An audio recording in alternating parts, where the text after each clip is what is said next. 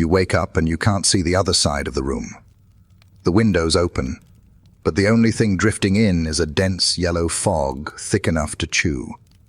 It clings to the curtains, coats the bed frame, and smells like the inside of a soot-filled chimney. That's because, well, it basically is.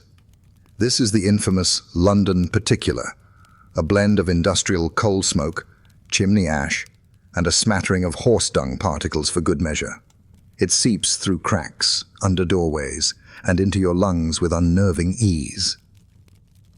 Coal is the city's favorite fuel, used for cooking, heating, and lighting, and the results of that devotion now hang in the air like a vengeful ghost. By the late 1800s, Londoners are burning so much low-grade coal that the entire atmosphere is permanently perfumed with carbon particulates. The fog is so bad that people lose their way on familiar streets and end up in someone else's parlor, or worse, the Thames. Horses panic, carriages crash, lamplighters can't find the lamps. You, meanwhile, are still rubbing your eyes and wondering whether it's day or night. Historians still argue whether the fogs were romanticized out of denial or sheer necessity. But there's little charming about coughing up grey mucus before breakfast. These aren't just misty inconveniences, they're deadly. One particularly thick fog in 1873 caused over 270 deaths in a single week, and future ones would do far worse. Doctors start calling it bronchial murder. Newspapers try to assign names to the color: buttery yellow, sulfuric brown, and memorably, the shade of ancient dishwater. And yet, somehow, everyone adjusts. You wrap a scarf around your nose, squint into the haze, and step into the grey. The street lamp flickers, the smog swirls, another breath and it coats your throat like damp ash. Good morning, Victorian London. You walk down the cobbled street, but there's something unnerving above you. Specifically, you can't see it. The sky, that is. If you asked a child in Victorian London to draw it, odds are they'd reach for a shade of grey, or possibly a yellowish brown. Blue was something described in books, not witnessed overhead. The air itself is stained, cloudy even on sunny days, murky even at noon. The sun does try its best, but the layer of coal soot acts like a filter. Shadows become blurred. Buildings take on a permanent dingy hue. Clothes left on the line for more than an hour come in looking pre-dirtied. You wonder if there's even a point to polishing your boots anymore. The visual aesthetic of the time, immortalized in art and early photography, ends up grey, not just because of technology, but because that's exactly how it looked. Even Charles Dickens took notice. In Bleak House, he describes the fog creeping through keyholes, coiling like a snake, suffocating the city into an uneasy silence. Painters of the day, like Monet when visiting, noted the ethereal glow the smog gave to cityscapes. But for you, the glow is less enchanting and more migraine-inducing. The gaslights flicker dimly, struggling to compete with the murk. You look up. The sky shrugs. Mainstream meteorology tries to predict the fogs but rarely succeeds. Some believe the damp air rising from the Thames plays a part. Others blame the windless design of the city's streets. Historians still argue whether these fogs should be seen more as environmental disasters or inevitable consequences of industrial ambition. Either way, for now, you move through a city that's swallowed its own skyline. Your lungs ache a little. Your shirt collar is already damp with soot. You haven't even made it to the bakery yet. You think you've got it rough, breathing this stuff. Now imagine climbing inside the source of it. That's the job of a chimney sweep. Usually a child, small and scrappy enough to fit into flues barely wider than a teacup. The sweep's day starts earlier than yours, clambering up rooftops or being shoved up chimneys with nothing but a brush and an order to keep going. No safety gear, No lunch break, just soot in every crevice of your existence. If you're lucky, you don't cough up blood by mid-morning. If you're not, well, chimneys have bends, sharp corners, and nowhere to turn around. It wasn't uncommon for a sweep to get stuck and suffocate, their limbs folded at strange angles, buried in the very thing they were hired to remove. Victorian houses burned soft coal, which left a greasy, sticky residue, difficult to clean, impossible to ignore. So the sweeps kept climbing. You hear the brush tapping above your head and know someone's up there, covered head to foot in black grit, hacking out smoke-clogged mortar. And as if physical misery wasn't enough, soot also gave rise to what might be the world's first industrial cancer, scrotal carcinoma, charmingly nicknamed soot wart, which afflicted many young sweeps. Historians still argue whether this knowledge prompted real reform or just added to the tragedy. Eventually, public outcry and new laws reduced child labor in chimneys. But by then, an entire generation had already been burned, blistered, and blackened. You tighten your scarf as you step outside again. A chimney nearby belches smoke into the already bruised sky. Somewhere up there, a boy is coughing and still hasn't had breakfast. You return home with a single goal in mind: tea. Comforting, hot, familiar tea. But first, you have to find the kettle.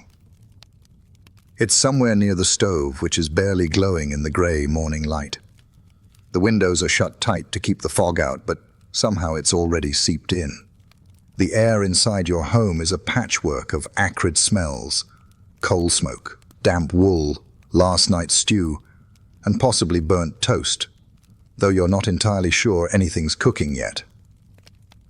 Lighting the stove is a ritual. First, you open the flue, which triggers a cascade of soot. Then you add coal, strike the match, and hope the spark takes. It often doesn't. Matches in Victorian London are unreliable little sticks, coated with white phosphorus that sometimes ignites just from handling. The room fills with coughing. Your eyes sting. This is the closest thing to a relaxing morning ritual you're going to get. You find the kettle. It's warm to the touch, left over from someone's attempt to boil water earlier. After several minutes of feeding coal into the stove and poking the grate, the kettle begins to whisper. Finally. But even the tea leaves are suspect. Adulterated imports were common, often stretched with dried leaves from other plants or even iron fillings to add weight. As you sip, the cup warms your hands. But the smoky aftertaste reminds you that nothing escapes London's air, not even inside your cup. Historians still argue whether the romanticized idea of afternoon tea ever reached the working class. For most, it was a practical pause, a chance to breathe and reset, if you could afford it. You lean back, eyes closed, tea in hand. Outside, the smog presses against the glass like a restless ghost. You glance down at your morning bread, marveling at how perfectly white it is. A little too white, actually. Unnaturally pale, like someone bleached it. That's because they did. In Victorian London, bread was routinely improved by bakers hoping to stretch profits and impress buyers with snowy loaves. To achieve this, they added alum, a chemical that fluffed up low-quality flour and gave it an angelic whiteness. If that wasn't enough, some bakers even added powdered chalk or ground-up bones. Delicious. You tear off a piece. It's dry, crumbly, and tastes faintly metallic. But it's what's available, and after all, you don't see the poison. Alum, while giving your loaf that heavenly texture, also happens to wreak havoc on your intestines. Cramping, nausea, and constipation are common. But hey, it's better than starving. Sort of. You wonder why bread even needs to look that white in the first place, and the answer is prestige. In the Victorian imagination, white bread meant purity, refinement, and wealth. Brown bread was for paupers, so naturally, every baker tried to make his bread ghost-colored, even if it meant adding a few non-edible extras. Food safety regulations barely exist at this point. There are a few well-meaning inspectors, but they're underfunded and overworked. Historians still argue whether early legislation, like the Adulteration of Food Act in 1860, had any real teeth before later amendments forced stricter enforcement. Most of the time, it was easier for the average Londoner to trust their grocer and hope for the best. You chew slowly, because the alternative is hunger. You don't really taste bread, you taste history. Gritty, chalky, gastrointestinally unwise history. Somewhere across town, someone else is enjoying the same dishonest breakfast. You wonder if their loaf also came with a free side of powdered plaster. Now for the milk. You open the jug with cautious optimism, praying it hasn't spoiled. Victorian milk, especially in the city, is more of a gamble than a guarantee. It's rarely fresh.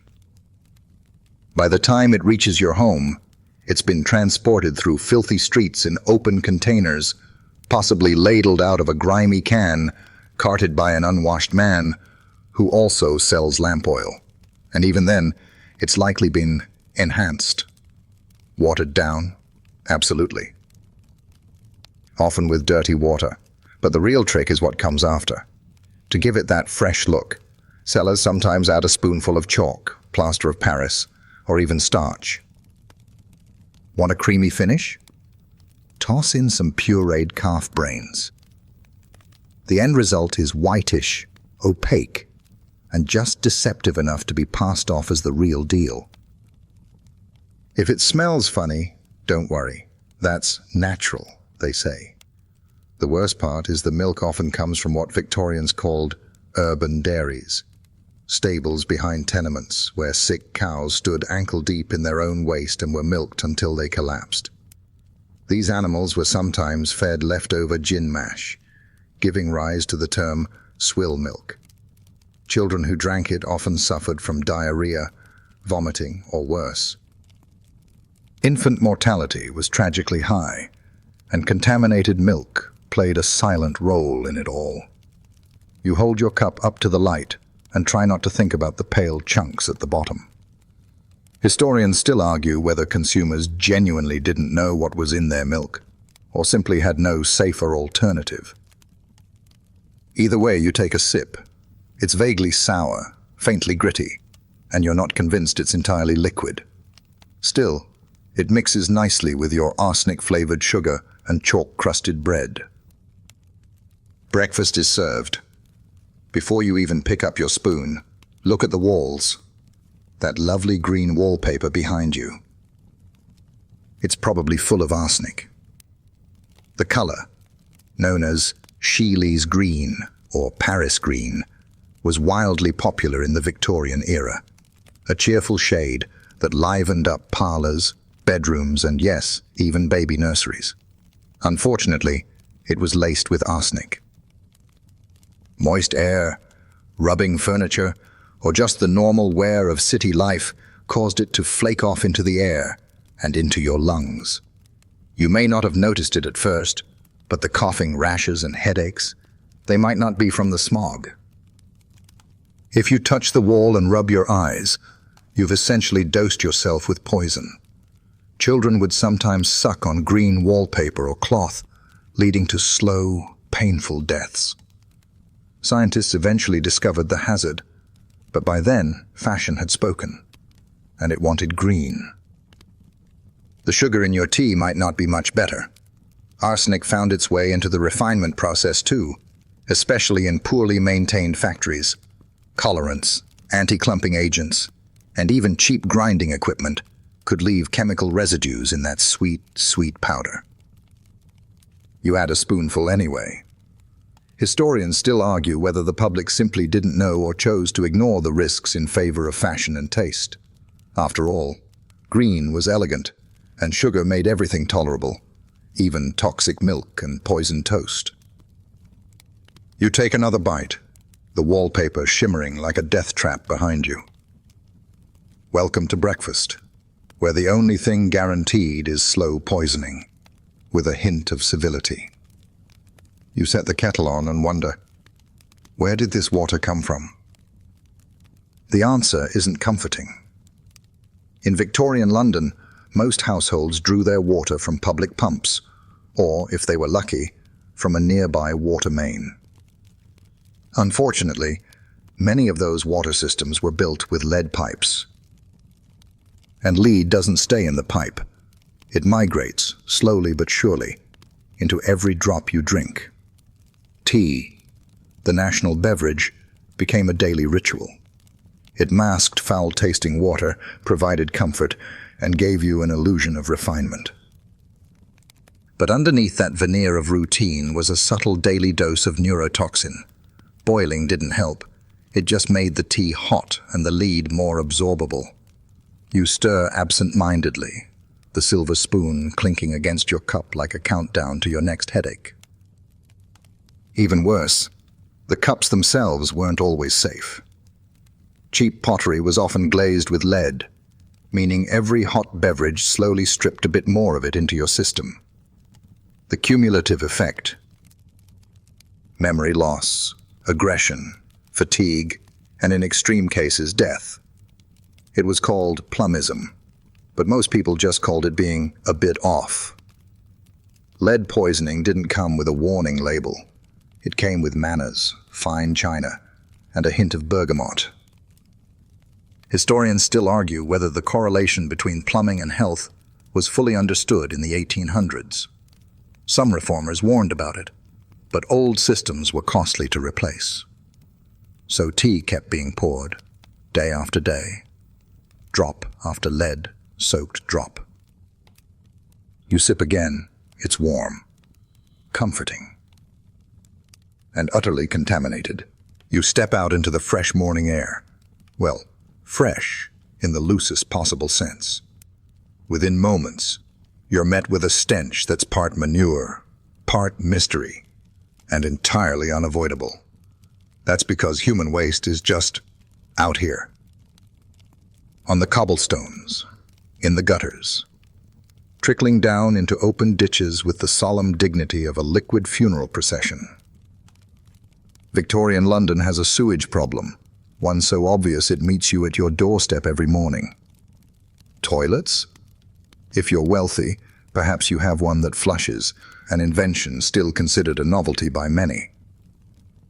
But for the average Londoner, especially those in tenement housing, your bathroom is a wooden box with a hole in it, and your sewer system is the street.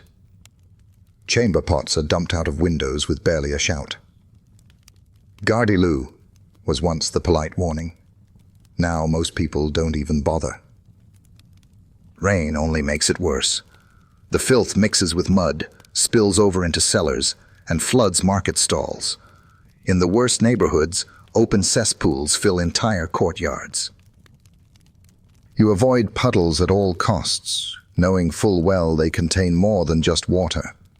And if you step in something particularly foul, congratulations. You now carry London with you, all the way to work.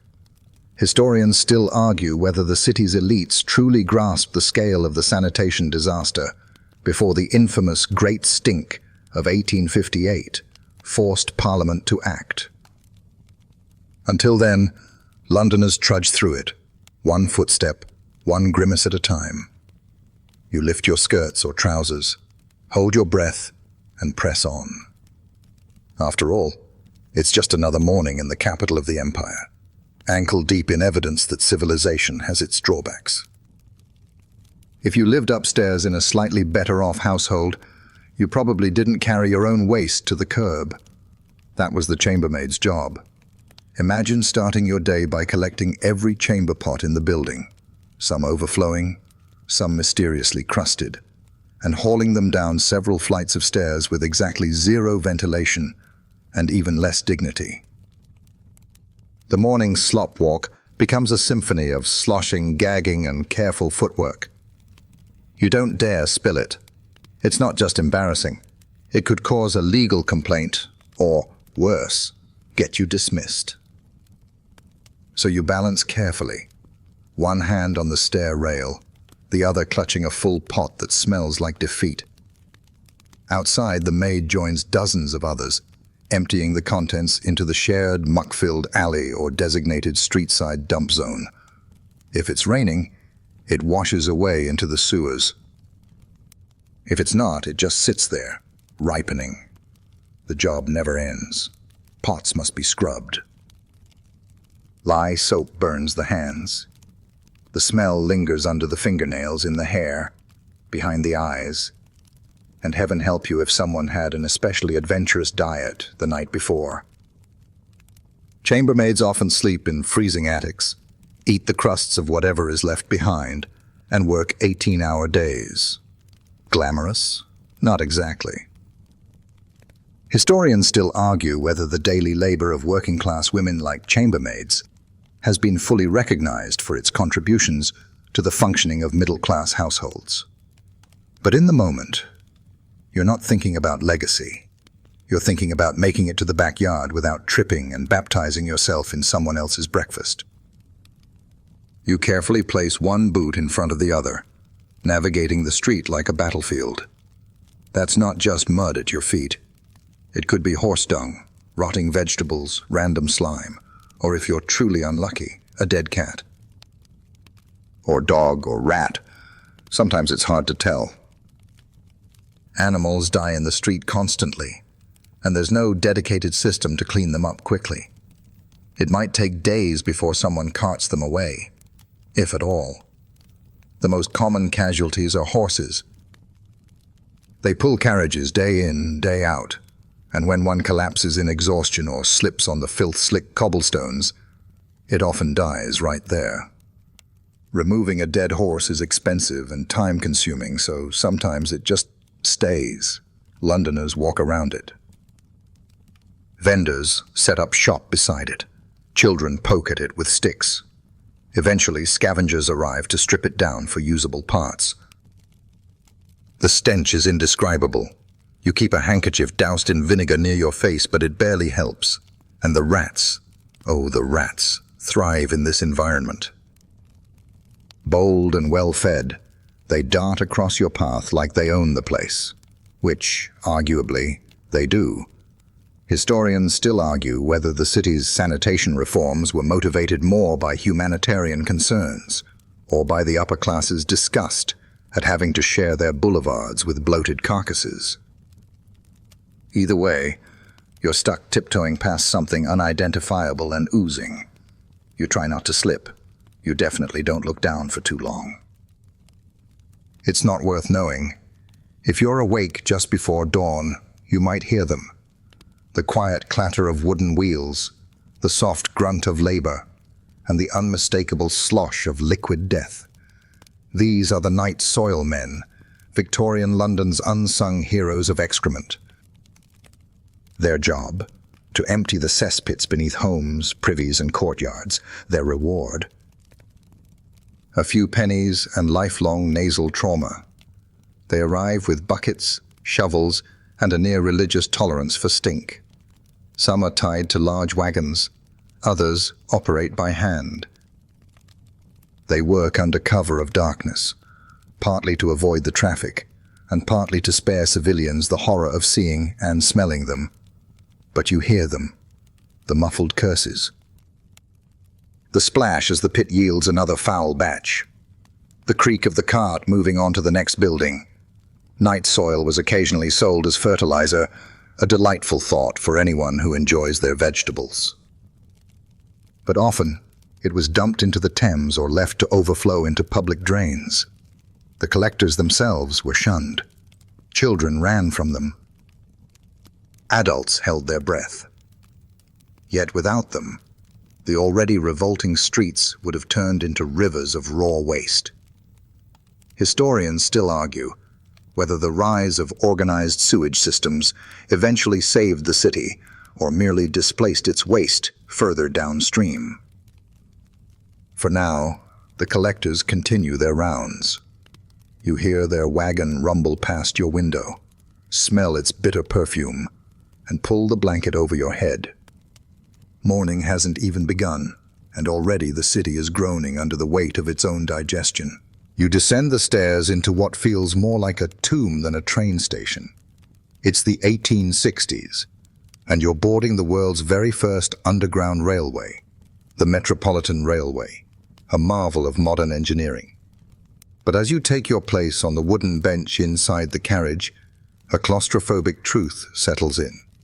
This thing is powered by steam. That's right. Underground, in a tunnel, with little ventilation, they're running actual coal-burning locomotives.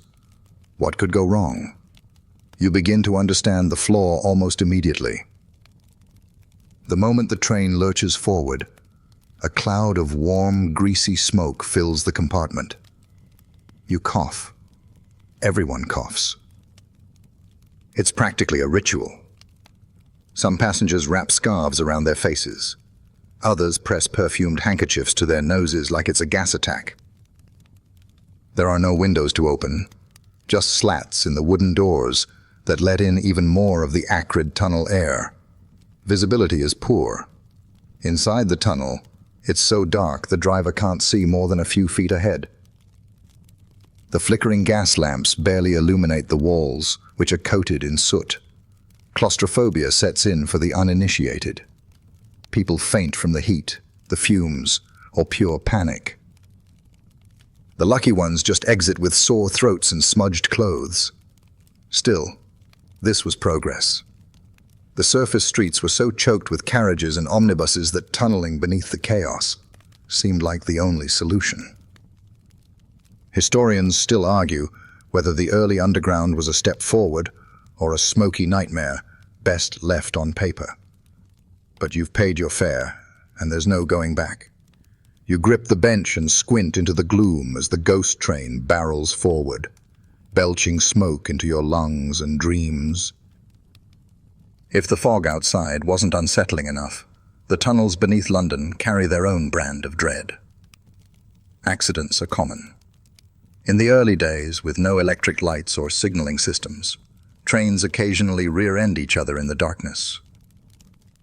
Derailments happen when tracks settle wrong. You never quite shake the feeling that you're one sharp turn away from a collapse.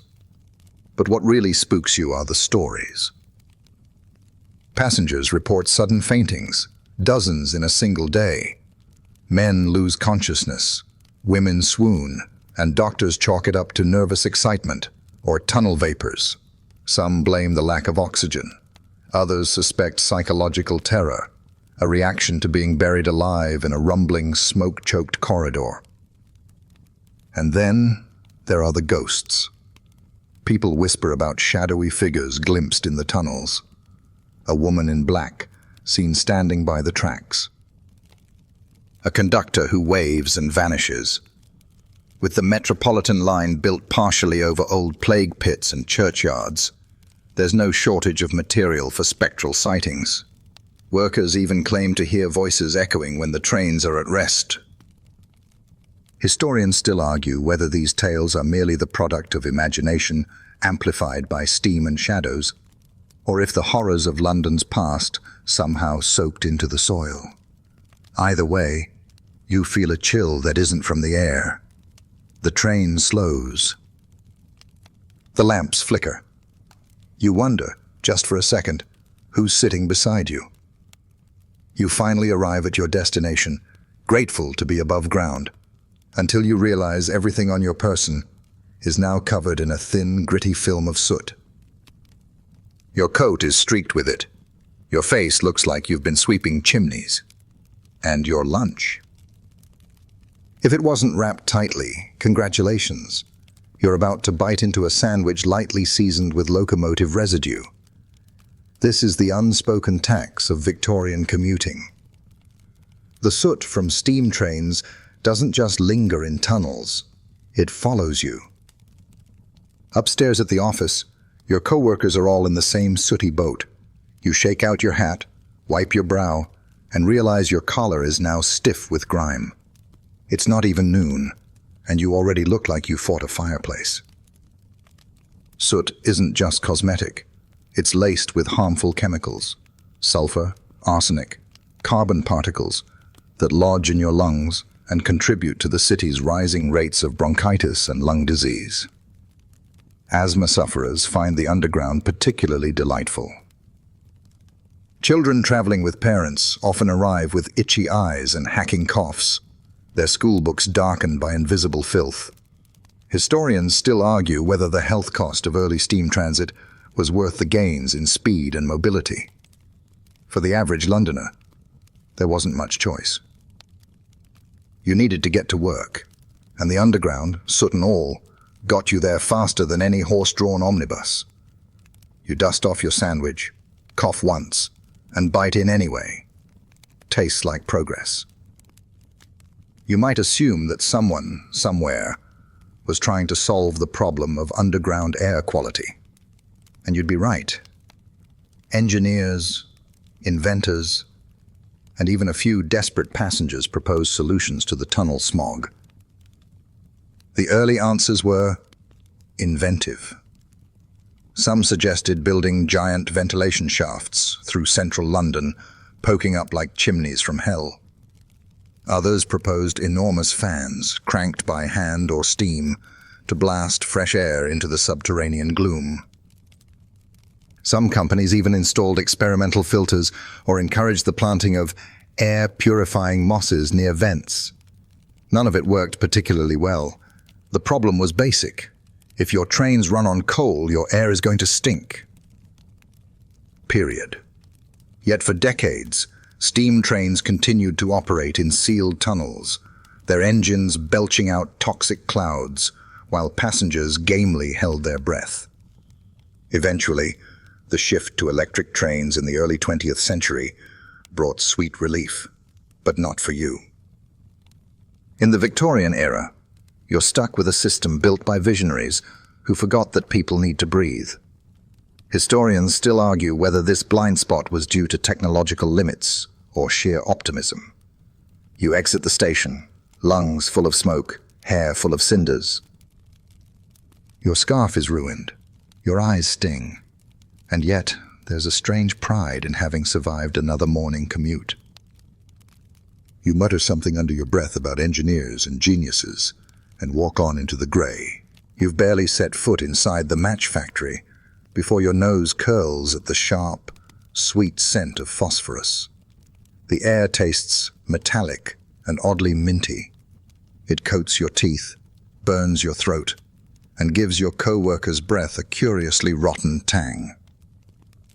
Welcome to the workplace. You're one of many, mostly women and girls, who manufacture matches in this Victorian death trap, handling white phosphorus powder with your bare hands. Your job seems simple. Dip wooden sticks into the phosphorus mix, line them up to dry, and pack them into tiny boxes. But every move spreads toxic dust into the air. The phosphorus settles in your gums. After a few weeks, your teeth ache. Then your jaw begins to swell. Then, if you're unlucky, it starts to rot. This is phossy jaw, a gruesome condition caused by prolonged exposure to white phosphorus. At first you might think it's a toothache. Then your jaw begins to glow faintly in the dark, no joke. That eerie luminescence, caused by the chemical reaction in decaying bone, is the sign you're in real trouble. The pain is relentless. The treatment: removal of the infected jawbone, assuming you can afford surgery and survive the process. Doctors and activists begin to take notice. Public outcry grows. Historians still argue whether factory owners truly didn't understand the danger or simply ignored it in favor of profit. Even when safer alternatives like red phosphorus were discovered, many factories refused to switch because white phosphorus was cheaper. You blow your nose into a soot-gray handkerchief and watch your co-workers laugh at a crude joke. Their smiles are wide, teeth yellowing, jaws already tender. You wonder how long you have. Then you return to dipping sticks into the powder, knowing each breath might be your next step toward a glowing death grin. The hatting workshop hums with a quiet industriousness. Felt presses hiss, scissors snip. And in a corner, a man rocks back and forth, muttering to himself and chewing a non-existent snack. You've met a Mad Hatter. No, not the one from Alice's Adventures in Wonderland. Although Lewis Carroll likely based his character on the very real, very tragic effects of mercury poisoning. You work in felt production, where rabbit or beaver pelts are turned into fashionable top hats. To do this, you need mercury nitrate, used in a process called carroting. It's named after the orange color the fur takes on. Once treated, the fur is dried, brushed, and shaped, usually by hand, over boiling pots of water that release mercury vapors with every puff of steam. There's no mask, no ventilation. Day after day, you inhale those fumes. At first, you just feel a bit dizzy. Then your hands start to tremble. You forget words. You burst into tears for no reason. Some call it the trembles. Others whisper Mad Hatter disease. Your co-workers either don't notice or don't care. They're too busy trying to meet quotas to worry about someone rocking in the corner. Mercury accumulates in the brain. It affects motor function, memory, and mood. Eventually, it erodes your ability to work, to live, even to recognize yourself. Historians still argue whether factory inspectors did enough to prevent these conditions or were complicit in ignoring them. Some reports were damning, others were just shelved. You glance around at your fellow hatters. One stares blankly at the wall, another hums a tune that keeps repeating. You check your hands. They're shaking again. You dunk more felt into the mercury solution and whisper a silent apology to your future self. You step into a textile mill, one of hundreds scattered across the smoky edge of London, and immediately gagged. The air is thick with fiber dust, swirling in pale clouds around every beam of afternoon light. Threads cling to your sleeves. Your lungs burn. And you've only been here 5 minutes. If you're a weaver, spinner, or dyer, your day starts early and ends late. Machines clatter around you, powered by steam and sweat. The air's never clean. Cotton dust floats freely, getting into your nose, eyes, and lungs. There's no such thing as a protective mask. Eventually, you develop a deep, persistent cough. Doctors might call it mill fever or Monday chest, but it's really early onset respiratory failure. Then there's the dye house. Beautiful colors, deep blues, bloody reds, rich greens, all made with chemicals that make your eyes water. Aniline dyes, first introduced in the 1850s, seem like magic, but they're made with coal tar and arsenic compounds. Many workers begin to lose their sense of smell or develop rashes that never heal. Some even pass out mid-shift from the fumes. Historians still argue whether these early chemical experiments were acts of innovation or reckless endangerment. The truth is probably both. The Victorians loved color and progress. Workers, meanwhile, paid the price in coughs, cancers, and skin too burned to feel. You return to your loom, eyes watering, head pounding. You reach for a scrap of cloth dyed scarlet. Beautiful, vibrant, lethal. It's going to make a lovely waistcoat for someone. You just hope it doesn't take your lungs to finish it. In the corner of the workshop, a child bends over a loom. He's maybe 7 years old, with soot-darkened skin and calloused fingers. His job? Crawl beneath moving machinery and clear jams while the gears are still turning. Welcome to the Victorian ideal of efficiency. Children as small, flexible, and expendable labor. If you're young and poor in Victorian London, you probably start working before you lose your baby teeth. Factories, mills, and workshops all clamor for child labor. Kids are cheap, quiet, and unlikely to unionize. Some operate looms, others polish metal or dip matches, many simply clean. All are in danger. Machines have no guards. Belts snap. Fingers disappear. A moment's distraction means injury, or worse. And yet, you keep going, because your wages, pitiful as they are, help feed your family. You're told to toughen up, to stop crying, to be grateful for the opportunity. Accidents are common and compensation is rare. When a child loses a limb or an eye, they're simply replaced. Historians still argue whether factory reform acts, like the Factory Act of 1833, had much impact during this period, or were too weakly enforced to protect the most vulnerable. You watch as the boy crawls under the loom again, clutching a stick to nudge a tangled thread. The machine whirs inches above his head. One wrong move, and he's part of the machinery. You look away. The foreman doesn't. You're parched. You lift a glass of water to your lips and pause. Not out of caution, but out of grim habit. This is Thames water, drawn straight from the river that also happens to be London's unofficial sewer. You drink it anyway because what choice do you have? In Victorian London, the same river that glistens outside the window is the one that carries away the city's waste and provides its drinking water. It's not filtered. It's barely settled. You can actually smell it before it hits your mouth. A delicate bouquet of excrement, industrial runoff, and something unidentifiably sinister wafts from your cup. And therein lies the problem: cholera. The disease haunts the streets like a ghost in grimy boots. It doesn't knock. It doesn't give warning. One day, you're fine. The next, you're in the grips of violent vomiting and watery diarrhea that leaves you gasping and dry within hours. Your neighbors whisper about cursed wells, bad luck, and miasmas, the invisible bad air thought to cause illness.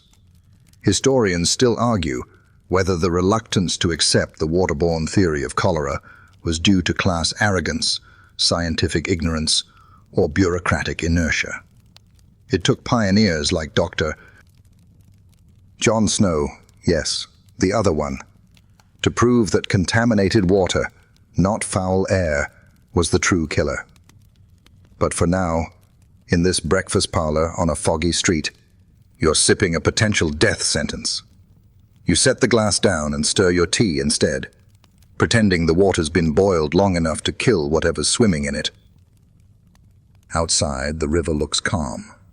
Inside, your stomach rolls. You duck into a warm, smoky chop house for lunch. The air smells of scorched fat and boiled cabbage. You're starving. The waiter slides a plate in front of you. Beef, probably. Maybe lamb. Definitely grey.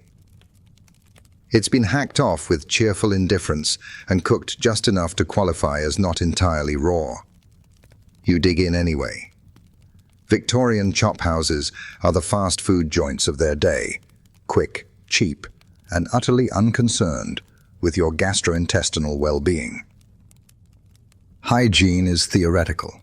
The cook handles raw meat with the same hands he uses to ladle stew and wipe his nose. Knives aren't washed so much as rinsed under cold water.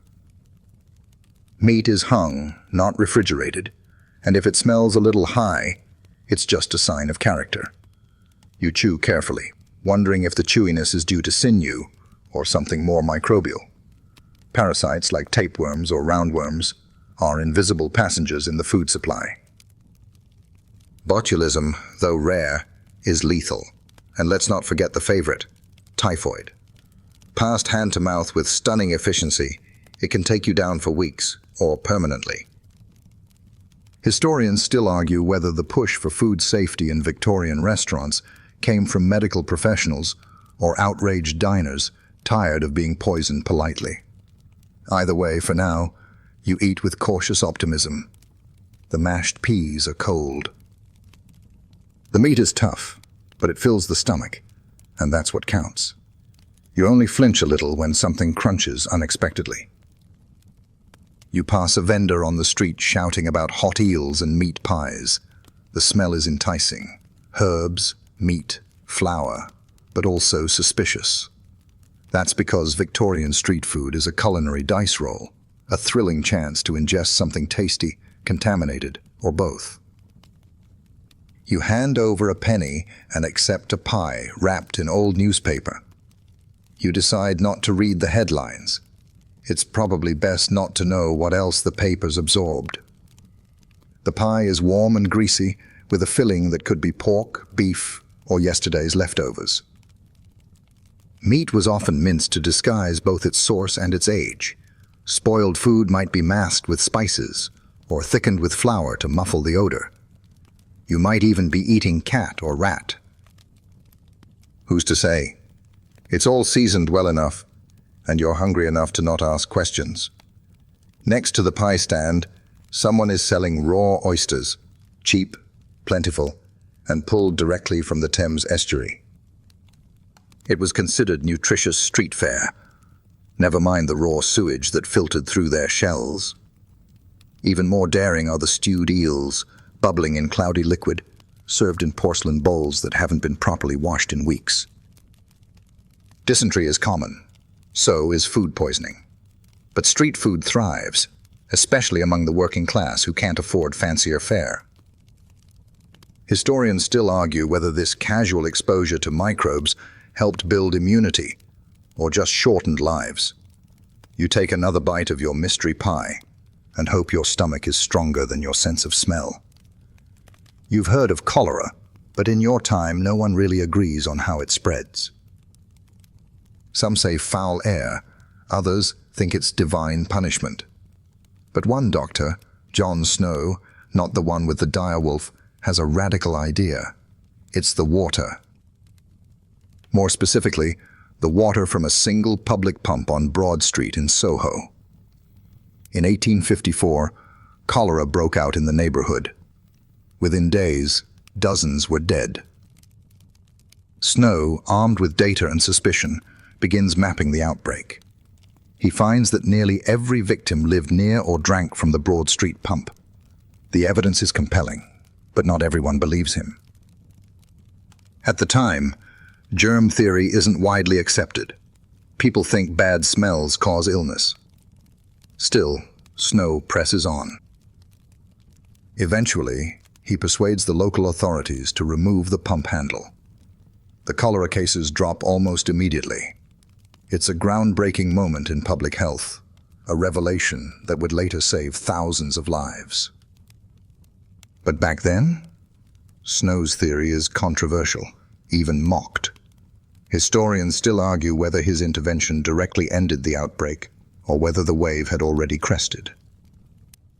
You walk past the replica pump today, a plain black fixture on a quiet corner.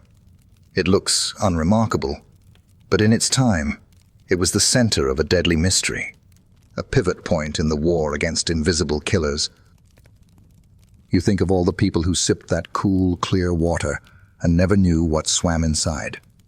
You tighten the lid on your own canteen and move on, slightly more paranoid than before. You're not feeling well. Your head aches, your stomach is unsettled, and your neighbor's cousin's friend recommends the local barber surgeon. This sounds convenient. A shave, a haircut, and a surgical procedure all under one roof. What could possibly go wrong? The barber surgeon is a fixture in Victorian London, one part stylist, one part doctor, and entirely unsupervised. You enter the establishment and are greeted with the smell of hair tonic, blood, and carbolic soap that's more decorative than disinfecting. The barber offers you a seat next to a blood-stained chair and begins asking what you'd like. A tooth pulled, an abscess drained, or perhaps a nice warm leech applied to your chest. You choose the least horrifying option and sit back. The instruments gleam in the half-light, not because they're clean, but because they've been used so often the rust has been rubbed down. There's no anesthesia, just a leather strap to bite and maybe a swig of gin, if he's feeling generous. The procedure begins, and so does the screaming. Infections are common. Sterilization is more of a theory than a practice. One tool might be used on 5 patients before seeing even a drop of alcohol or boiling water.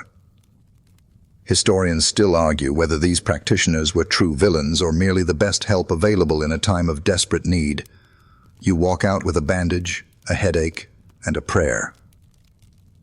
Whether it's your last haircut or a step toward recovery remains to be seen. But hey, at least your sideburns look even. You finally visit a proper apothecary. Shelves line the walls, stacked with glass bottles bearing labels in elegant script. Laudanum, tincture of belladonna, spirits of ammonia. It's less a pharmacy and more a legal opium den with polite customer service.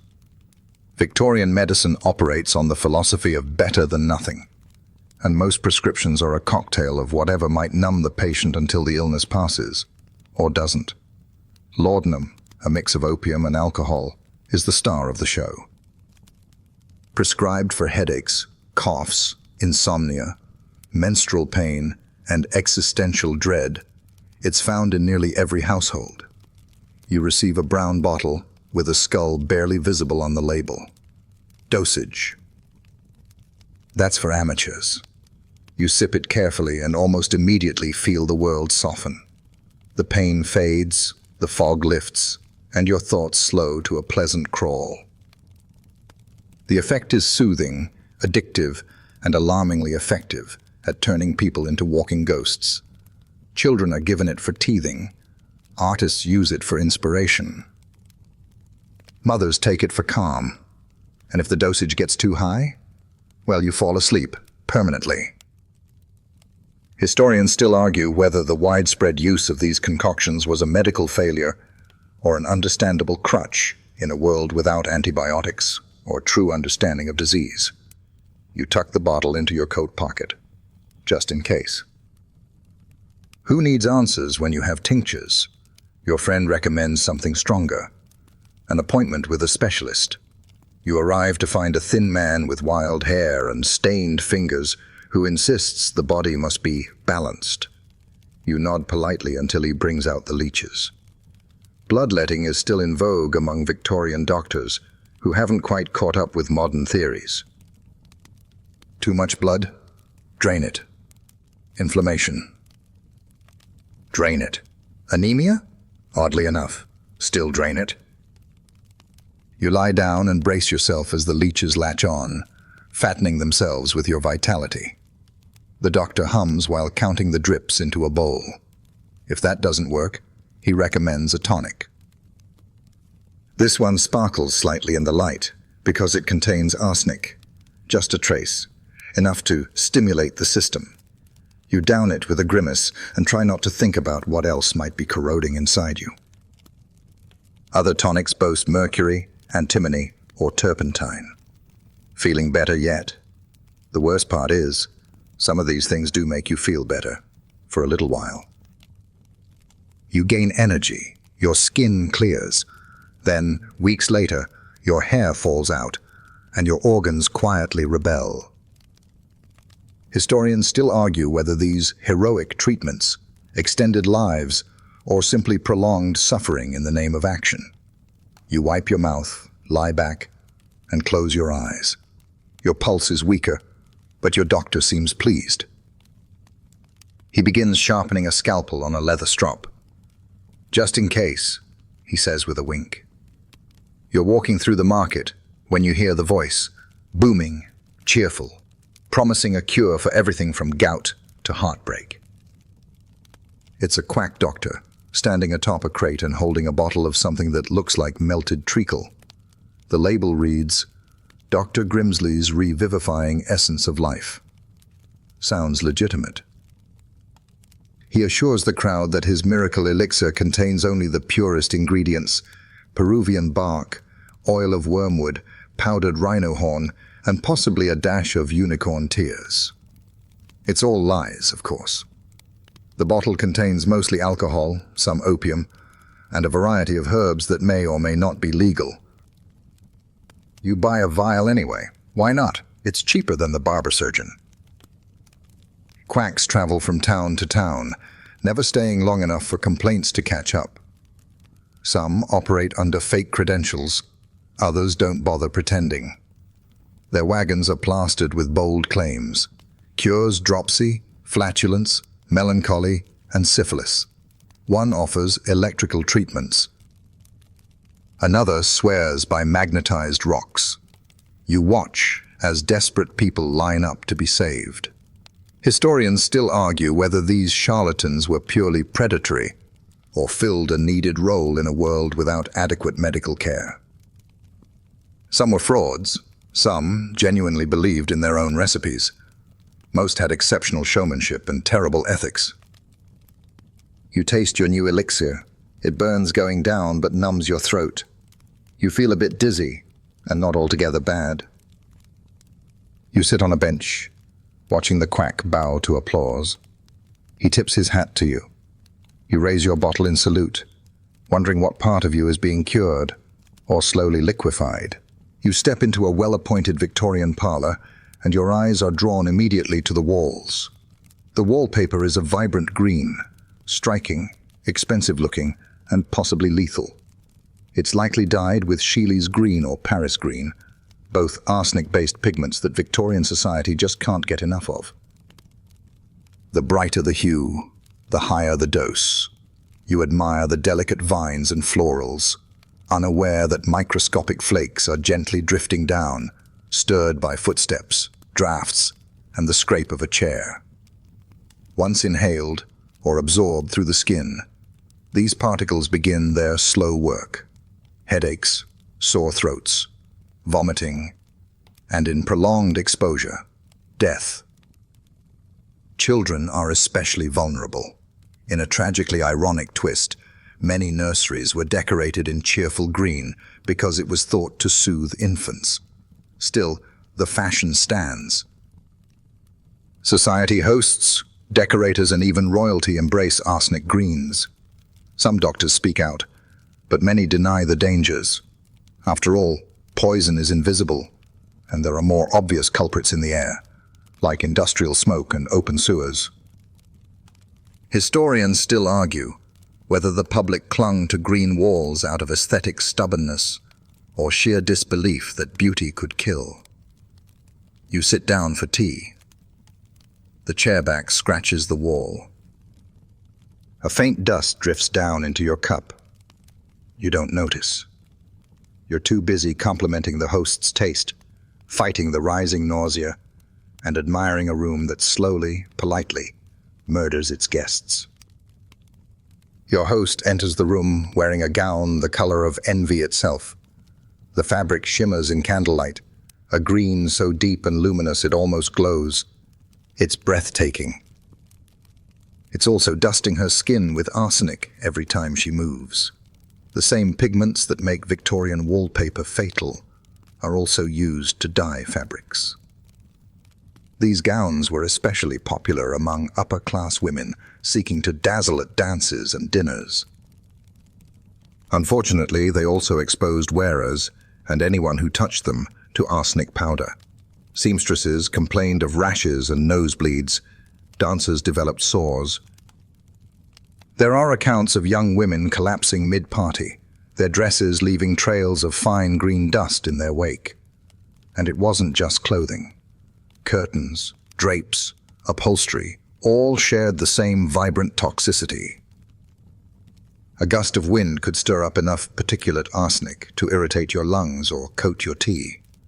In some households, even artificial flowers were dyed with arsenic and arranged in bowls on tables or pinned in bonnets. Historians still argue whether women were fully informed about the dangers or whether marketing and peer pressure kept the truth draped in velvet. Either way, beauty came at a price. You reach out to touch the curtain, soft, finely woven, and slightly gritty to the touch. You withdraw your hand, eyes watering slightly. Maybe it's the smoke, or maybe it's the beginning of a slow, fashionable farewell. You settle into your parlor chair and light the lamp.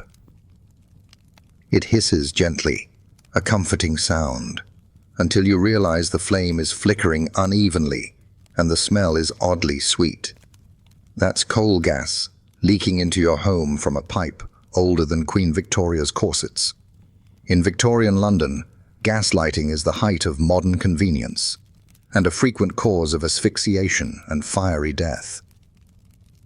Coal gas, used for lighting and heating, contains carbon monoxide, methane, hydrogen, and other delightful extras. The pipes run through walls, under floorboards, and sometimes leak just a bit too enthusiastically. One bad valve and the entire room becomes a low-grade bomb waiting for a match. People fall asleep in cozy chairs and never wake up. Others light a fire and take the entire first floor with them. Early lamps had no regulators. Flames often sputtered or roared depending on the gas pressure. Children burned themselves. Drapes caught fire. Entire neighborhoods lit up like kindling. And yet, gas remained the default until electric lighting slowly crept in decades later. Historians still argue whether public trust in gas lighting persisted out of ignorance or because the alternatives were worse. You lean back, watching the flame dance. You feel a bit lightheaded, but perhaps it's just the tea. Or perhaps the room is quietly filling with something odorless, invisible, and final. It's cleaning day. You pick up the tin of polish, something lemon-scented and deceptively cheerful, and start rubbing it into the woodwork. The shine is instant. So is the headache. Victorian cleaning products aren't exactly subtle. Most are concoctions of turpentine, ammonia, formaldehyde, and unpronounceable acids, all of which are freely available and completely unregulated.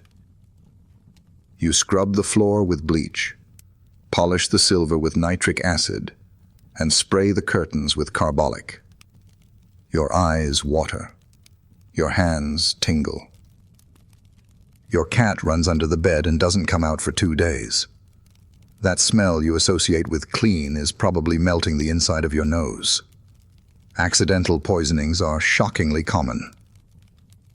People mix cleaners without understanding chemical reactions, leading to toxic gas clouds in their own kitchens. Children drink polish thinking it's syrup. Even air fresheners sometimes contain camphor and arsenic, because a home should smell powerful. Historians still argue whether domestic labor reform lagged so far behind industrial safety because housework was women's work and therefore undervalued. But the danger was real, and the casualties were quiet. You finish polishing the sideboard, fingers numb, eyes bloodshot. The room gleams, your lungs burn. You open a window only to let in more smog. It's late, and London has taken on its eerie nighttime hush, broken only by the rumble of cartwheels and the soft squelch of boots. That's how you know the night soil men are at work. They move through the city like ghosts with buckets, collecting human waste from cesspits, privies, and outhouses in the dead of night. Their cargo? Liquid human excrement, euphemistically called night soil.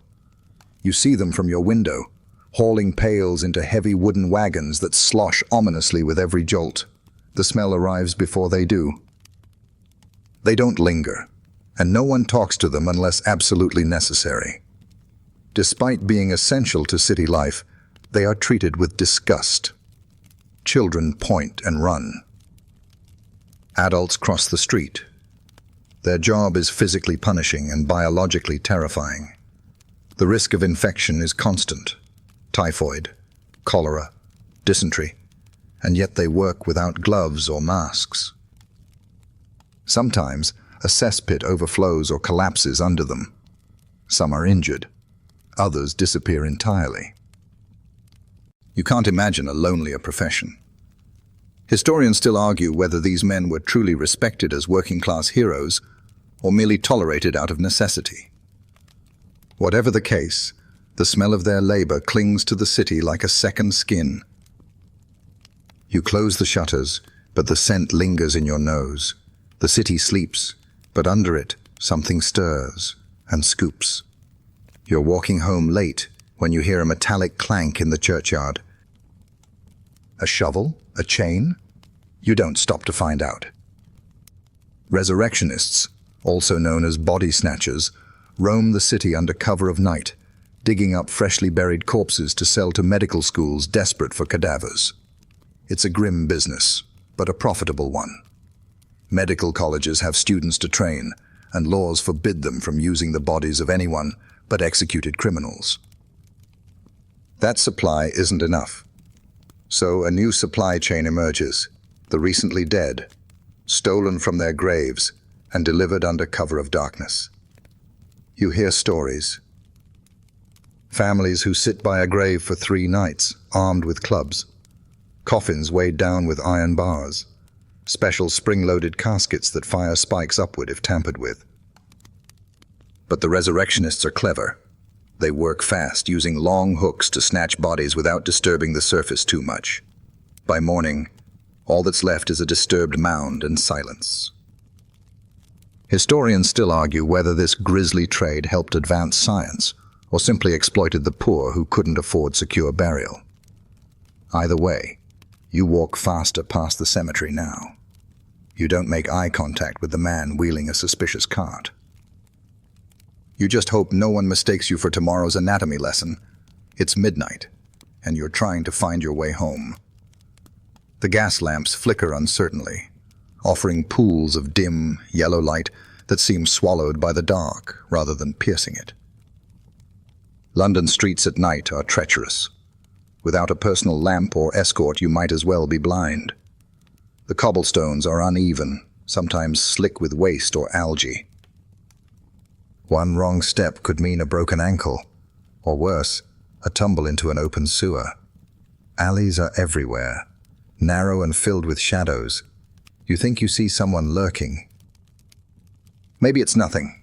Maybe it's someone waiting for your wallet or your coat. The police force is relatively new and uneven in quality. Some patrols exist, but they're spread thin. Whistles might go unheard. The best protection is avoiding trouble entirely, which means moving fast and blending in. But even that's no guarantee. One moment you're upright, the next you're in a ditch full of unidentifiable sludge, wondering if anyone will find you before morning. Historians still argue whether Victorian street lighting was a meaningful deterrent to crime, or just a psychological comfort. You clutch your scarf, avoid eye contact, and pretend you know exactly where you're going. The city closes in around you, silent, watchful, indifferent. You reach the embankment and see them, silhouettes along the edge of the river, stooped figures with sacks and sticks. These are the mudlarks, scavengers who search the Thames at low tide for anything of value. Nails, coins, bits of rope. Some are children, their hands raw from the freezing water. Others are old men with lanterns and hope.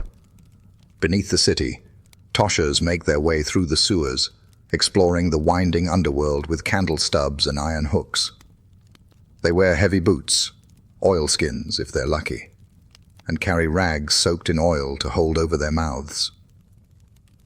They're looking for copper, silverware, or lost jewelry flushed down the drains. It's filthy, dangerous work. Gas pockets can ignite. Sewage floods rise without warning. Rats swarm in the darkness. And yet, for many, this is the only way to survive. The toshers are part of London's secret economy, pulling treasure from the muck one slimy coin at a time. Historians still argue whether these workers were brave urban adventurers or tragic figures in a city that offered no other path. You watch a boy hold up a bent spoon in triumph before dropping it in a sack. He disappears into the fog. The river laps at the stones. You turn for home, unsure whether to feel awe or pity, or both. You're in a drawing room, watching a woman play the piano. Her skin is pale, almost translucent. Her eyes gleam with a feverish light. When she laughs, It turns into a soft, wheezing cough. Everyone glances away politely. She dabs her lips with a handkerchief, and you see the faintest bloom of red. Blood. No one mentions it. It's become a kind of tragic fashion statement. Tuberculosis. In Victorian London, TB, also called consumption, is everywhere. It ravages tenements, creeps through boarding schools, and whispers its way into the lungs of the rich and poor alike. Yet somehow, it gains a strange allure. Writers, poets, and artists often romanticize it as a disease of beauty and depth. Wasting away, growing thinner and more delicate, is seen as spiritually elevated, almost ethereal, but the reality is far more horrific. The coughing is constant. The weight loss is involuntary. The night sweats are drenching and exhausting. And the blood? It's a reminder that the lungs are being slowly shredded from the inside. Death can take weeks or years, and all the while the infected unknowingly spread it to friends, family, and servants with each breath. Historians still argue whether society embraced the romantic image of TB out of ignorance or a desperate need to make sense of relentless loss. You look again at the girl on the piano. She coughs into her handkerchief and smiles through watery eyes. The applause is gentle.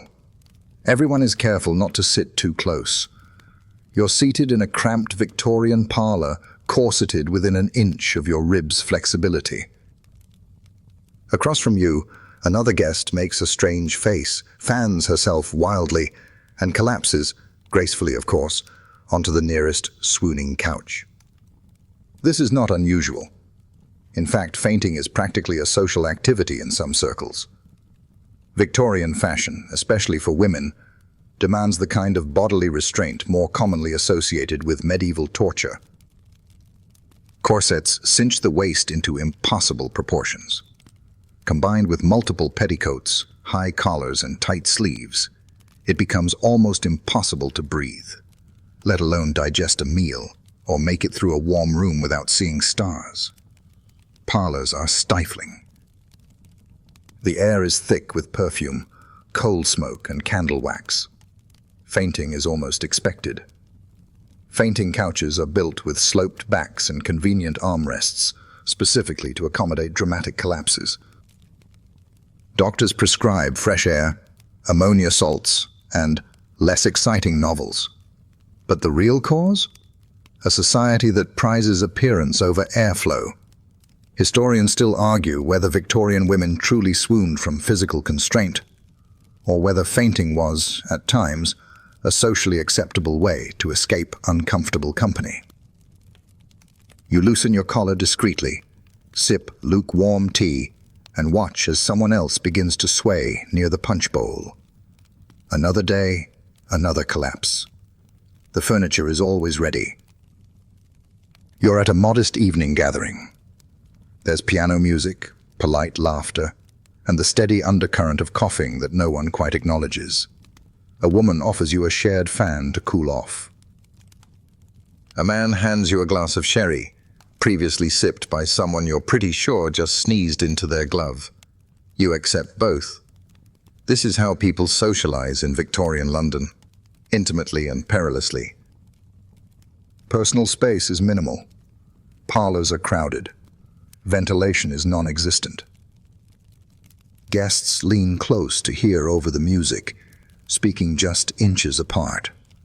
When someone coughs, they dab with a handkerchief and wave it off. Everyone has a cold, or catarrh, or a touch of bronchitis. Most of them are actually spreading tuberculosis, influenza, or typhoid. Drinks are passed from hand to hand. Plates of hors d'oeuvres are communal. Fans, gloves, hats, even lip balm are often shared without hesitation. Illness isn't an if, it's a when. But politeness rules all. To decline a shared object is considered rude, even offensive. So, you sip the wine, Offer your own fan, and try not to think about whose cough just drifted into your earlobe. Historians still argue whether Victorian social customs exacerbated epidemics more than any single pathogen. You suspect the answer is yes, but to say so would be impolite. Instead, you smile, sip your sherry, and gently cough into a lace kerchief. "Who has the button?" the hostess asks with delight. The circle of guests leans in, giggling, hands touching, shoulders pressed. This parlor game, like most, is wonderfully interactive and a microbial goldmine. You're playing because it's expected, and frankly, there's not much else to do in the evening besides chat, sip punch, or share invisible plagues via charades. Victorian parlor games are about contact. Hand-holding, whispering, blindfolds, and occasionally balancing something awkward on your chin while everyone laughs. They're warm, they're intimate, and they spread disease with almost military efficiency. You pass a playing card from mouth to mouth. You chase someone in Kiss in the Ring. You link arms for the minister's cat. The room is hot, the windows are closed, the punch is backwashed. You cough and no one comments. Everyone's already been exposed. If not tonight, then last week at another gathering. Fevers rise quietly after these events. Some think it's nerves. Others blame damp weather. It's tuberculosis usually, but sometimes typhoid or flu. Still, the games continue. Historians still argue whether these customs were innocent tradition or slow-motion epidemics with good manners. You take your turn, close your eyes, and feel someone's breath on your cheek. The button has changed hands. So has something else, far more enduring. You're visiting a friend's home, and their baby is fussing, red-faced, drooling, gnawing on a ragged scrap of cloth. Teething, they say, with a tired shrug. The mother smiles and reaches for a small tin of Mrs. Winslow's soothing syrup. You've seen it advertised everywhere, boasting angelic infants, sleeping blissfully under banners of curly-cued text. She pours a spoonful and tips it gently into the baby's mouth. The child stops crying almost instantly. What you don't see is that the syrup contains a generous dose of morphine and mercury. The combination doesn't just numb pain, it shuts the child down. Breathing slows, eyelids droop. The baby lies back, peaceful in a way that's unnatural. The mother, grateful, returns to her mending. No one questions the formula. Teething powders are equally alarming. Made with calomel, mercury chloride, they're dusted onto the gums to harden teeth and soothe discomfort. They also cause tremors, drooling, gum necrosis, and a condition known as pink disease, where a child's skin peels and burns. Doctors note the symptoms but rarely connect them to the treatment. In fact, many medical guides recommend these products as best practice. Historians still argue whether the widespread use of these toxic remedies was a result of ignorance, desperation, or marketing too powerful to resist. Likely, it was all three. You look at the baby now, drowsy, still, cheeks flushed. You say nothing. That child is quiet. That, in this world, is success. The baby next door hasn't cried in 2 days. The family thinks it's a blessing. No shrieks in the night, no fits in the morning. Just sleep. Long, unbroken, unsettlingly deep sleep. You overhear the mother say it's thanks to Mother Bailey's infant elixir, a syrup sold for pennies and marketed as a miracle. You remember the label boasting no opium, just herbs, but you know better. Many Victorian infant remedies were laced with narcotics, especially morphine. The dose might vary by batch, and no one's quite sure how much is safe. But the effects are clear. Babies given these syrups sleep soundly, feed poorly, and slowly waste away under their parents' proud smiles. Some never wake up. There's even a term for it: quiet baby syndrome. Pediatricians and midwives whisper about it, but rarely speak up. Some mothers insist on using the syrup daily. She never fusses, they say with pride. You want to mention the bluish tint on the baby's lips, the unnatural limpness in her limbs, but you don't. It would be rude. Historians still argue whether the infant death rate in Victorian England was caused more by poverty or poison. The line between them blurs. You sip your tea, listening to the silence through the wall, wondering if the quiet next door is restful or final. You visit a cousin with a newborn and admire the ingenious contraption on the kitchen table. A long glass tube attached to a rubber nipple and hose. It's a baby bottle, modern and efficient, hailed as a symbol of maternal progress. Then you look closer. The rubber is stained. The bottle cloudy, the hose greenish. These early bottles, sometimes called murder bottles by grimly honest nurses, are notoriously hard to clean. The rubber tubing traps milk, which spoils in hours. Bacteria multiply like an orchestra tuning up. The baby sucks happily, drawing in more than nourishment. Dysentery, diarrhea, cholera in miniature. Cholera in...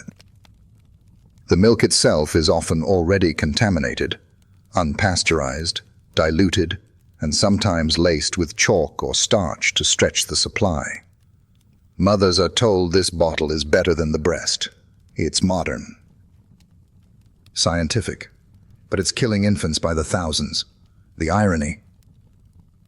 Many believe these bottles reduce infant mortality by freeing mothers from fatigue or improper milk. Advertisements proudly declare their safety. Pediatricians, when consulted, sometimes advise boiling. Others shrug. Historians still argue whether the rise of artificial feeding was driven by marketing, class aspiration, or ignorance. Likely, it was all three. You glance again at the baby, eyes fluttering as she suckles from a tube older than sanitation. You try not to think about what she's actually drinking. You already know. You're watching your neighbor flip through a dog-eared pamphlet titled Hints for Young Mothers. It offers cheery advice. Wrap infants tightly for 22 hours a day. Only bathe monthly, and do not indulge a crying child. It teaches rebellion. The author is a doctor, allegedly, or maybe a clergyman, or just someone who likes pamphlets. In Victorian England, childcare wisdom is a patchwork quilt of superstition, moralism, and penny printing. New mothers seek guidance, but doctors are expensive, and information is scattered. Instead, they rely on passed-down rituals and cheap manuals full of contradictions. Some suggest dipping newborns in cold water to harden them. Others advise feeding gruel mixed with ale. A few recommend leaving babies alone entirely to foster independence. Grandmothers offer equally confusing guidance: butter on burns, soot for colic, or a bit of brandy for sleep. The line between nurturing and neglect isn't always clear. You overhear one woman say her baby stopped crying after being fed boiled onion and soot water. She says it with pride. You nod, unsure whether to be horrified or impressed. Historians still argue whether this inconsistent guidance was more dangerous than helpful, or simply a reflection of how little was truly known. You fold the pamphlet, the print smudged from years of use, and wonder how many babies survived in spite of it all. Not because of it. You're walking through a crowded alley and suddenly stop short, your nostrils overwhelmed by a wave of putrid, soupy air. The scent is indescribable. Part sewage, part decayed animal, part human misery. You hold a perfumed handkerchief to your face and instinctively cross the street. Not because you fear germs, Not yet. What you fear is bad air, miasma. Miasma theory rules Victorian London's understanding of disease. The belief is simple. Foul-smelling air causes sickness. Illness is thought to drift through the atmosphere, carried by clouds of rot and vapor. It settles into the lungs and poisons the blood. You don't need to touch a sick person to get ill. Just inhale in the wrong place at the wrong time. In response, the city launches its battle against the stench. Vinegar is sprinkled in gutters. Lime is poured into cesspits. Streets are scrubbed with carbolic. Florists do a roaring trade in lavender sachets. Houses are built with windows facing the wind to allow better ventilation. Some people even carry nosegays or snuff-stuffed apples to protect themselves from sinister breezes. But here's the irony. Miasma theory is wrong. It's not the smell that kills. It's the water, the bacteria, the unwashed hands. Still, the theory leads to unexpected improvements. Better sewers, cleaner streets, even public health reforms. Historians still argue whether the belief in miasma did more harm than good. But you hold your scented kerchief closer just the same. It might not help, but it couldn't hurt. It's the summer of 1858 and the city is boiling. Heat clings to your clothes like a wet sheet. You stroll along the Thames, hoping for a breeze. Instead, your eyes water, your stomach flips, and your mouth fills with the taste of something ancient and wrong. You've just stepped into history's most infamous nosebleed, the Great Stink. The Thames, swollen with heat and centuries of waste, has finally revolted. Human refuse, slaughterhouse runoff, and industrial filth stew beneath the surface. The river has become a pulsing organ of rot. The smell is so intense, Parliament soaks its curtains in chloride of lime and still considers fleeing the city. Newspapers describe it as maddening. You'd agree, but you're too busy retching. People begin walking with vinegar-soaked sponges in their hats. Some carry bottles of perfume under their noses. Even the horses shy from the riverbank. It's more than a nuisance. It's a civic emergency. Trade halts. Tourists cancel trips. Debates rage about what to do. Into this mess steps Joseph Bazalgette, an engineer with a vision. A massive sewer system to carry waste out of the city. The Great Stink finally shames the government into funding it. Historians still argue whether this olfactory catastrophe did more to advance sanitation than all previous deaths from cholera combined. What's certain is this. As you stumble away from the embankment, gasping for air, you're not thinking about policy. You're just praying for a wind that blows anywhere else. You've been invited on a slumming tour, an outing where the upper class visits the poorest parts of London to observe, comment, and occasionally offer charity. You're hesitant, but your host insists. It's quite the thing, she says, fanning herself. Like going on safari, but nearer to home.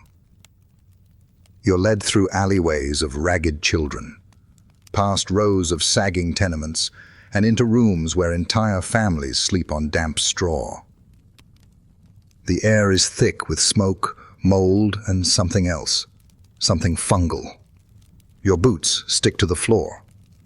The guide explains how poverty breeds vice, and you nod, though you're more focused on the child coughing into your skirts. Some slummers carry small bottles of cologne to sniff during the more offensive moments. Others bring sketchbooks to record the faces of the unfortunate. A few offer coins. Most simply observe. It's part pity, part theater, part epidemiology. And it's risky. These areas are ripe with typhus, diphtheria, and tuberculosis. You're less immune than you think. Historians still argue whether slumming was genuine philanthropy or exploitative tourism. Likely, it was both. You leave the tenements feeling shaken but weirdly energized. Back in your carriage, your host offers a chocolate. You accept it, hands still smelling faintly of mildew and regret. It's Sunday, and you're headed for one of London's growing public parks. Green spaces are the new civic pride. Hyde Park, Regent's Park, and smaller squares nestled between soot-stained houses. On the surface, it's idyllic. Children play. Couples walk. Birds flutter, but underneath, a world of hidden danger. The grass, you realize, is patchy and damp, not with dew but from the leaky underground pipes carrying runoff from nearby buildings. Public toilets, where they exist, are foul, often overflowing and rarely cleaned. Many people relieve themselves in nearby bushes. You sit down on a bench and immediately question that decision. Picnics are popular. People bring pies, jellied eels, boiled eggs. They lay out blankets and pour tea. But the flies arrive too. Lots of them, swarming from the dog droppings, the discarded food, the unnoticed corpses of birds. A child picks up a sandwich dropped in the dirt and eats it happily. You sip your lemonade and try not to imagine the bacterial carnival happening under the blanket. Despite all this, the parks are beloved. They offer respite from cramped tenements, freshish air, and a patch of sunlight in a soot-colored world. Historians still argue whether these parks improved public health more by lifting spirits than by offering actual sanitation. You adjust your hat, swat at a fly, and lean back. The tree above you rustles. The privy nearby belches, nature Victorian style. You've been standing for 20 minutes, and already you feel faint. Not from heat or exhaustion, but from your corset, laced tightly to achieve the desired wasp waist that society so adores. Your breathing is shallow. Your ribs feel immobile. You try to discreetly shift, to create space where there is none, and your vision spots just a little at the edges. Victorian fashion demands sacrifice, especially for women. The ideal silhouette is impossible without stiff boning, whale baleen, and an alarming degree of compression. Corsets are worn from childhood and tightened daily. They shape not just the waist but the organs within. Livers are displaced, stomachs compressed. Some women develop fainting habits. Others suffer from corset liver, a condition where the organ is deformed into a wedge by years of squeezing. Doctors warn against tight lacing, and satirical cartoons mock the trend. But many women persist. A small waist is a sign of discipline, beauty, and status. It's worth the discomfort, worth the breathlessness, worth the long list of health complaints whispered about in hushed tones over tea. Historians still argue whether corsetry was an outright health menace or a misunderstood, manageable garment. Some women claimed they were comfortable. Others simply never admitted otherwise. You smile politely at your host, feeling your stays press hard against your spine. You hope this visit ends before your lungs surrender. You enter the room, your crinoline catching slightly on the doorframe. It's vast, hoop after hoop of whalebone and steel, wrapped in muslin and topped with layers of petticoats. The effect is stunning. You appear to float. You also appear to be a human tinderbox. Crinolines are the hallmark of mid-Victorian elegance. They expand the silhouette to improbable dimensions, exaggerating the waist and creating the perfect bell-shaped figure. But they also transform women into walking fire hazards. Made of light, airy fabrics, crinolines are shockingly flammable and open at the bottom, drawing fire upward like a chimney if the hem ignites. Open hearths are everywhere. Candles flicker in every room. One stray spark, one brush against a fireplace grate, and you go up like parchment. Accounts abound of women burning to death in seconds, unable to smother the flames or remove the constricting garment in time. Sometimes even friends trying to help are burned as well. Despite the danger, crinolines remain in fashion for years. Historians still argue whether women accepted the risk willingly or whether societal pressure made refusal impossible. Either way, you step carefully around the parlor fireplace, feeling the warmth on your calves. You smile, you pose, and you make a mental note never to sit too close to the candelabra. It's a fashionable day, and your starch-collared shirt gleams. The collar is tall, stiff, and snug, precisely the look expected of a respectable Victorian gentleman. But as the afternoon wears on, your neck aches. You feel a strange pressure at your temples. Your head swims slightly. You adjust the collar, but it's already too late. You're experiencing what later becomes mockingly known as garrote syndrome. Stiff collars, especially detachable ones, become increasingly rigid throughout the 19th century, thanks to starching techniques that allow them to stand upright and stay crisp. But they're not flexible. Once fastened with a tight necktie, they press against arteries, restrict airflow, and, in rare cases, lead to fainting or even strangulation during sleep or drunken stupor. Newspapers report cases of men found dead, collars intact, with no sign of struggle. Doctors debate the link. Some dismiss it as Victorian melodrama. Others advise looser ties. Meanwhile, fashion magazines continue to champion the taller, the better, and manufacturers sell shirt collars as hard as pressed tin. Historians still argue whether this phenomenon was widespread or simply overhyped. Either way, you reach a finger under your cravat, loosening it discreetly. Your jaw relaxes. The pressure eases. You've avoided the slow embrace of your own shirt. For now.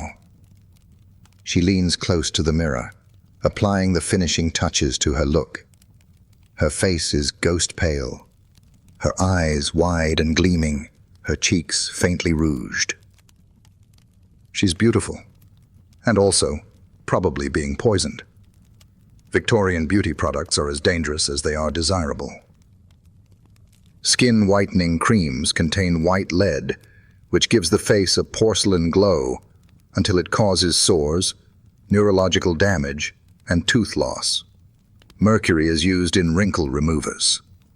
Arsenic pills are advertised as complexion enhancers, and for the eyes.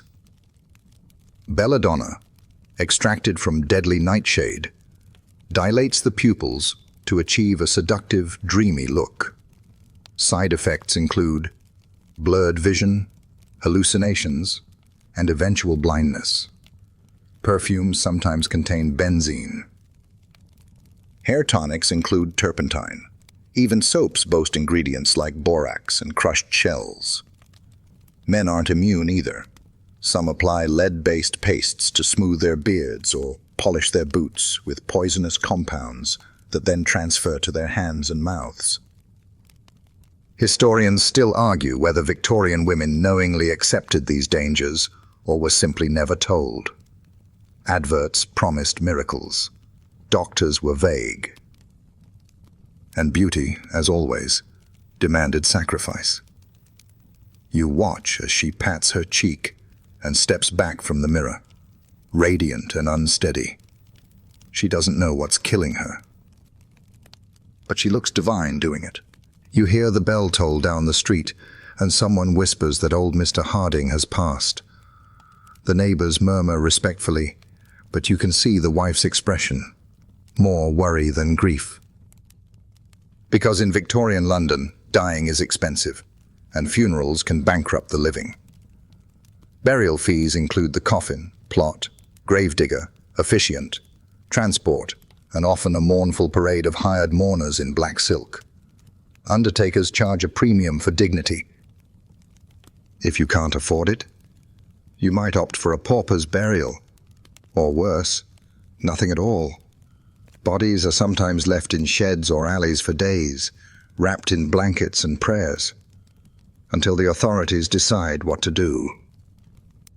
You've heard of desperate families who shared graves, burying a child with a distant cousin to save money. Others delay the process entirely, keeping the body at home far longer than is safe, hoping for a charitable miracle or an installment plan. It's not just about money.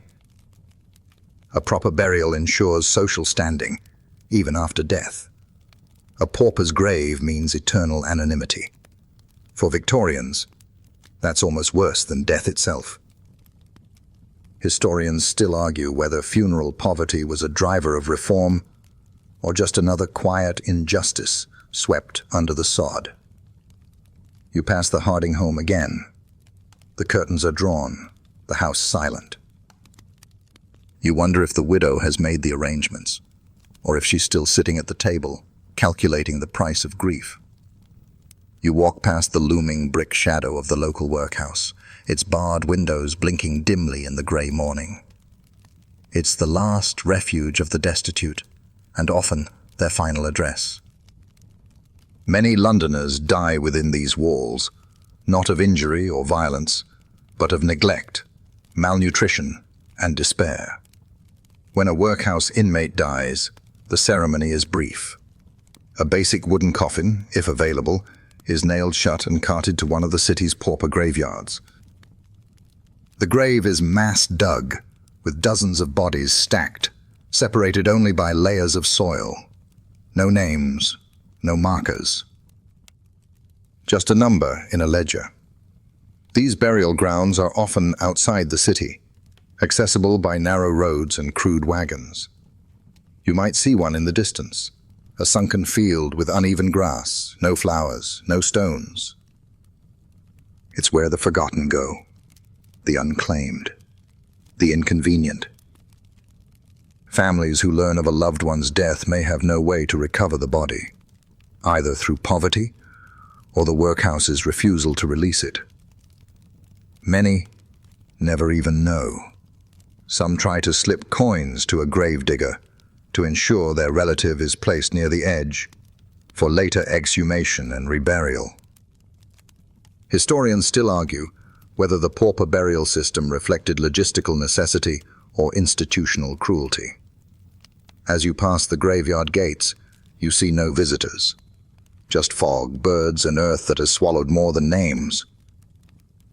You're sitting in a parlor when someone mentions it, offhand, casually, like you'd mention the weather. I've requested a safety coffin, just in case. You blink. They continue. It has a bell and a tube, so I can shout, if I wake up after they bury me. Victorian London is awash with one of its most peculiar fears, premature burial. The line between life and death isn't always clear. Diseases like cholera can mimic death, shallow breath, blue lips, a waxy stillness. Without modern equipment, doctors might pronounce someone dead based on observation alone. Mistakes happen. Newspapers love the stories. A coffin opened during exhumation to reveal scratch marks. A gravedigger who hears faint knocking. A survivor telling tales of darkness, soil, and panic. Whether true or not, these accounts fuel a booming industry of safety coffins, equipped with bells, flags, or air tubes leading to the surface. Some include glass windows over the face. Others allow the occupant to ring a bell from within, which dangles above the grave and alerts passers-by to possible misdiagnoses. Cemeteries install waiting mortuaries, where bodies are held for days, just in case. Historians still argue whether this fear was widespread paranoia or grounded in genuine risk. But you walk through the graveyard differently now, eyeing bells that dangle quietly in the wind, wondering if one might someday ring. You pass a shop window dressed in jet black lace. Behind the glass are veils, gloves, ribbons, and bonnets, all in somber hues of mourning. A sign reads, "Widow's set, discounted for immediate need." In Victorian London, Grief isn't just emotional. It's ceremonial, commercial, and tightly choreographed. There are rules. A widow must wear full mourning, black crape, no adornment, for a year and a day. Then, half mourning, grey, lavender, or lilac, for another stretch. Children mourn for shorter periods, friends for even less. Failure to follow these timelines marks you as disrespectful or unfeeling. The mourning industry thrives. Jewelry made from the deceased's hair is fashionable. Memorial portraits are painted. Even stationery turns black-bordered. Businesses sell mourning packages, dresses dyed overnight, hats trimmed to match, gloves delivered to your door by morning. Some people take it seriously. Others grumble at the cost. Black dye ruins clothing. Crepe decays quickly. And yet, the rituals offer structure in a world where death is constant and unpredictable. They provide visibility to your pain. Proof that you loved and lost and are still here. Historians still argue whether these customs were sincere expressions of grief or enforced social theater. You pass the shop again. A mannequin stares blankly from behind a veil. In the reflection, you see yourself, alive, upright, and already practicing how to mourn properly. It's bedtime, and you go through your nightly ritual, banking the fire, dimming the gas lamp, and most importantly, closing the windows. Outside, the city slumbers in silence, broken only by the occasional clatter of hooves and distant barking. But the real intruder is already creeping in. The fog. Thick, yellow-gray, and strangely oily, it pushes against the window panes like something alive. You shut the shutters and stuff fabric into the cracks to keep the chill and the death out. This isn't just fog. It's smoke, coal dust, chemical fumes, and disease all blended into one. During killer fogs, Londoners die by the hundreds. Their lungs give out. Their airways collapse. Doctors blame winter bronchitis, but everyone knows it's the fog. You smell it, you taste it, you wear it in your clothes. Sometimes, even indoors, it finds a way in. You wake up coughing, throat raw, lips dry. The fire flickers dimly, unable to fight the gloom that seeps through the chimney. In wealthier homes, filters are stuffed with herbs. In poorer ones, you just suffer, or you don't wake at all. Historians still argue whether early health campaigns did much to prevent these deadly events, or whether they merely offered post-mortem analysis. You pull the covers up, place a damp cloth over your mouth, and try not to breathe too deeply. You've survived another day.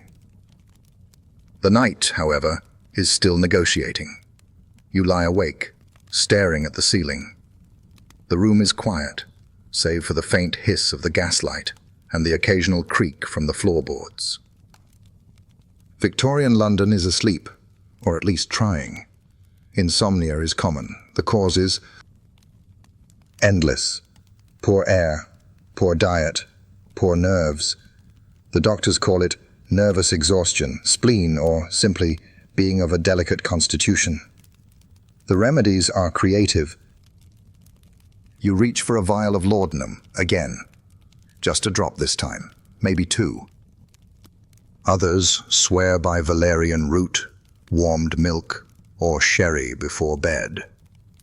Some even suggest a spoonful of ether. You've tried reading, tried counting church bells, tried breathing exercises from a pamphlet printed in 1843.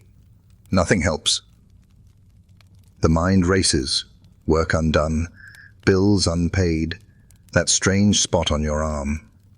Outside, a cart rolls past, its wheels echoing like a slow drumbeat. The street lamp flickers, casting warped shadows on the curtains. A rat scurries behind the wall. You pull the blanket tighter. Historians still argue whether Victorians suffered more from sleeplessness or simply spoke of it more. documenting it with the same obsession they gave to cataloging insects and illnesses. You close your eyes and count backward from 100. You forget what number you're on. Eventually, the room softens. Your thoughts float. And maybe, finally, you drift. It's well past midnight, but London never truly sleeps. You lie still, listening.